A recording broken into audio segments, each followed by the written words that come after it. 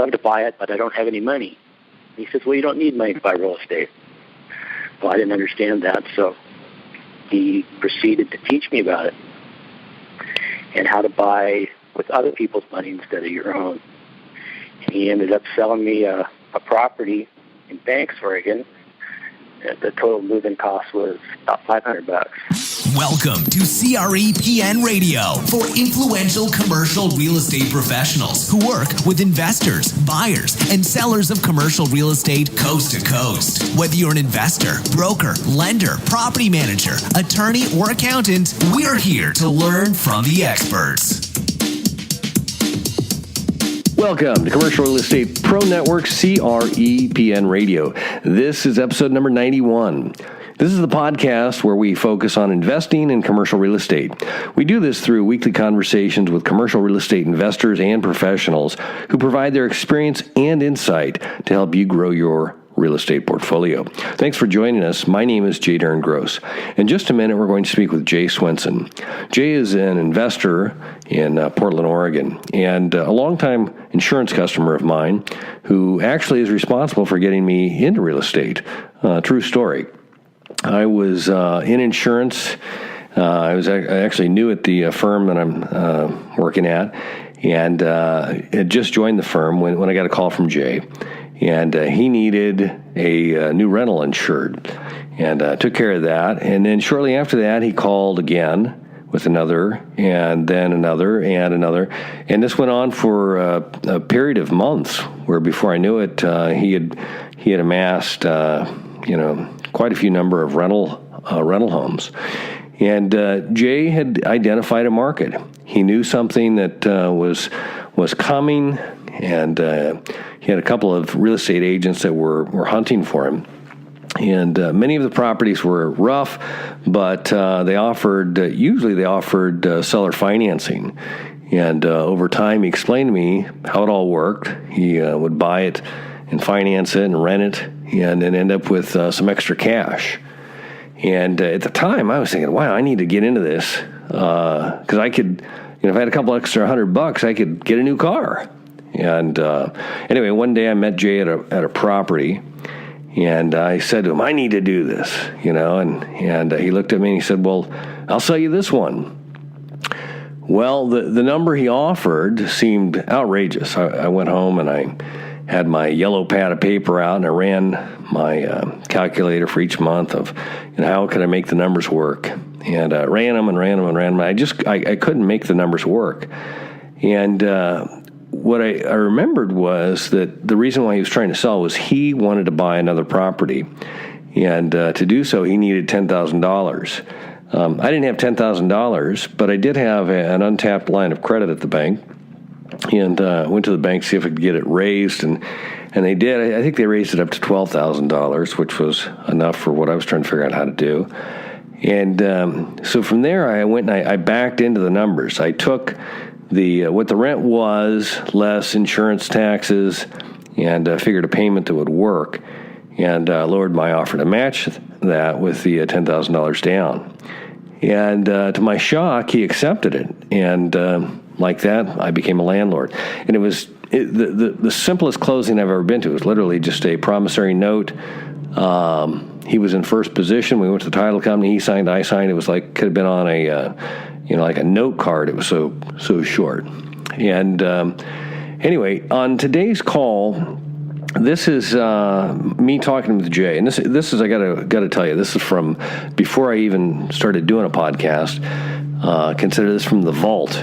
It was some recorded calls I did with different clients before, like I said, I figured out I was even going to do a podcast. And the focus of the call is on leverage.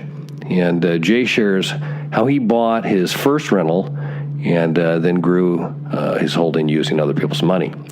But before we do this, before we get into the call, a couple of quick things. If you're on social media, reach out, let's connect. Or if you're on LinkedIn, Facebook, Instagram, Twitter, I'm even on Snapchat now. You can look me up. It's the letter J, Darren Gross. J, Darren, D-A-R-R-I-N, Gross, G-R-O-S-S. And you can also follow the show on Twitter. We're at CRE Pro Network. And if you're on LinkedIn, be sure to check out our group, Commercial Real Estate Pro Network. Okay, here's my call with Jay Swensen. All right, so I'm on the phone with Jay Swensen, and Jay, we've been doing business for a number of years, and you're a real estate investor. And if you could tell me some details about your first real estate deal. The first deal wasn't that exciting. It was a house out in Cornelius, Oregon. It was $47,000. I made the big mistake of putting down my whole life savings, which was about $10,000. But I didn't have any money once I bought that house. So I ended up renting it. One day I was in the neighborhood doing a service call. There was an open house a couple doors down for new construction. So I went in and just to look around and see what kind of a deal I got, just to compare. There was the realtor. His name was John McCorkadale. I owe him a lot of credit for success. He said, love to buy it, but I don't have any money. He says, well, you don't need money to buy real estate. Well, I didn't understand that, so he proceeded to teach me about it and how to buy with other people's money instead of your own.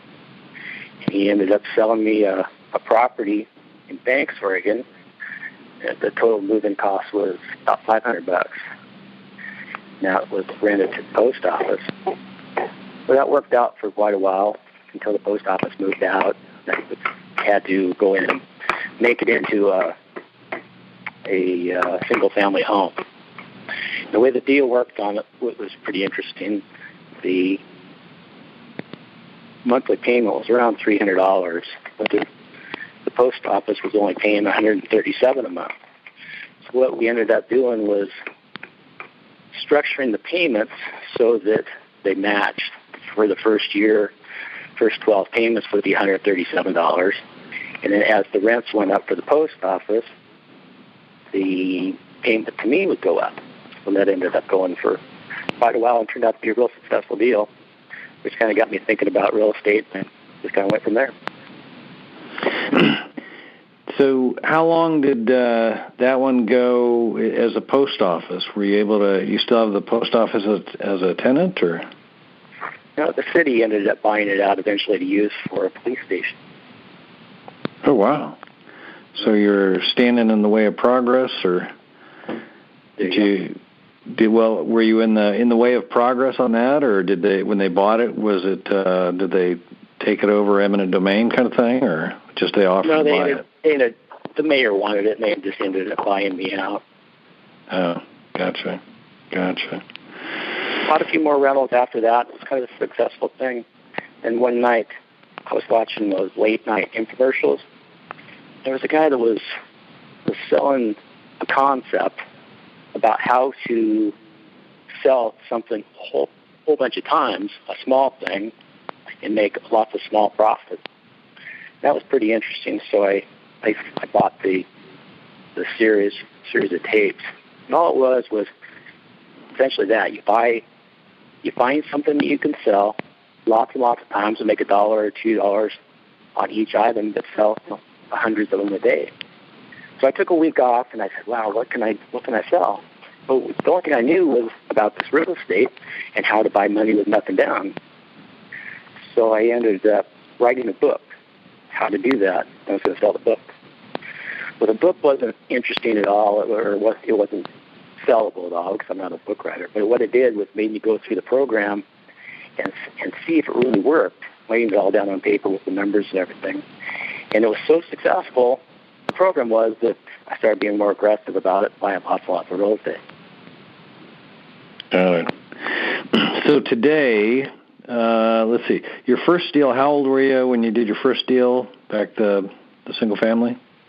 19. And how many years ago is that? Boy, 56 now. Long time ago. So it's at 37 years ago. Is that about right? Yeah. So, and today, how many properties do you have today? Oh, in different forms, whether they're sold on contract or rentals, or about 30 altogether. Wow. That's impressive. I've always admired your creativeness and ability to figure out how to find some deals and make them work.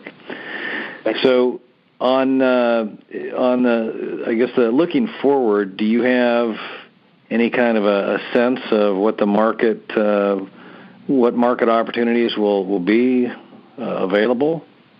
Kind of the beauty of real estate, you can make money where the market's going up or down.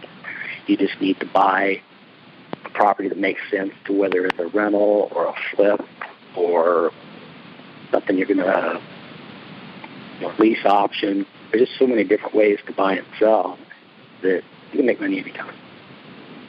Beautiful. Any advice for a first-time investor? Yeah, it's all about buying and selling on contract. Try and cut the banks out of the deal. This sounds crazy, but you can make 1,000% interest on a transaction if you're buying and selling on contract and using leverage. Wow. Real estate is all about using other people's money to buy and sell and not your own. It's not a nothing down transaction. It's other people's money for the transaction. That's great. Here's an example. If you put $1 into the transaction, let's say you put $1 in and you made $1,000 on the transaction. What's your return on that? 1,000%. Yeah. So if you're borrowing your down payment, so you've got nothing in the deal, and you turn around and sell it for a $10,000, $20,000 profit when you're done, you're making huge money. Where you can turn around and get 5% in the bank. I think if more people knew about it, there'd be a lot more people in the market. It's just not a well-known thing how to buy and sell on contract. And as far as the looking back, were you ever scared doing a deal? Were you ever feeling like you're over your skis, kind of? No, quite the opposite. If the numbers make sense, you can make a decision without even seeing the house. If it's a 3-bedroom that's going to rent for, let's say, $1,000, if it's a 2-bedroom that's going to rent for $700, you can look at it and say, okay, how much is the payment? How much are my expenses? And you can make that decision without even seeing it, really. Right. And do you ever apply the location concept, or are you more about all the numbers? It is, but each different scenario, like let's give you an example. I do a lot of group homes. They work really good in a commercial neighborhood, bad neighborhood, busy street, maybe no garage, maybe no place for the kids to play. I can pick those properties up cheap, rent them out at a high price to a group that isn't your normal renter, do really well. Well, that's the story about leverage, using other people's money, and as presented or as detailed by Jay Swensen. I think anybody that's investing in real estate understands that. Is that without leverage, using other people's money, I don't know anybody, unless you just have tons of cash, would be able to get into real estate. And so anyway, I hope you found that enlightening. And before we go, I want to remind you, if you like today's program, please let us know. You can go to iTunes and subscribe, and also give us a review. Give us a 5-star review if you liked it. That'd be great. And that way, if you do subscribe, you can listen to the show anytime, anywhere. That's all we've got this week. Until next time, thanks for listening to Commercial Real Estate Pro Network's CREPN Radio. You're listening to CREPN Radio for influential commercial real estate professionals. For more information on this or any of our guests, like us on Facebook, CREPN Radio.